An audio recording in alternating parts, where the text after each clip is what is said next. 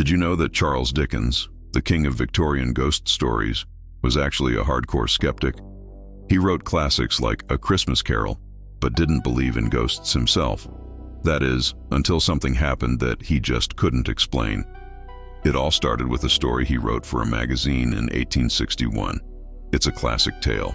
A portrait painter meets a mysterious, pale young woman on a train. She asks him if he can paint a portrait from memory, cryptically telling him, "You may have to take a likeness of me."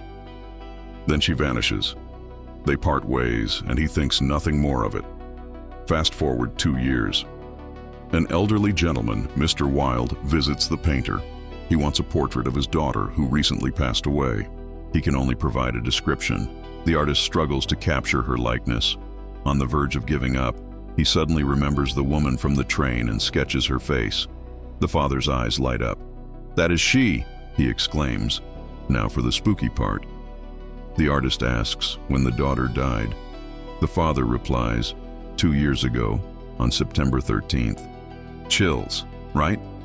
It was the exact date the painter had met the pale young woman on the train. A classic fictional twist. Or was it? This is where it gets really weird. Shortly after the story was published, Dickens received an angry letter. It was from a real-life painter who claimed the story wasn't fiction at all. It was his own personal experience.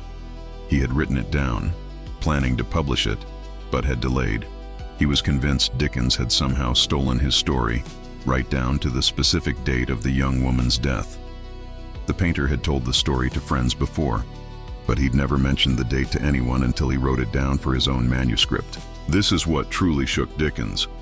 In his own words, he later explained that his original story didn't even have a date.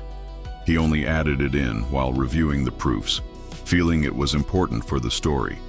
And the date he chose, completely out of thin air, September 13th, the exact same date from the painter's real-life, untold experience.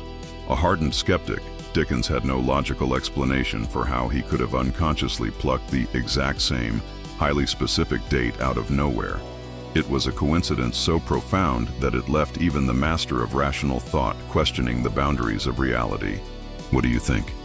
Was it a ghostly whisper from beyond, a case of telepathy, or the most incredible coincidence in literary history?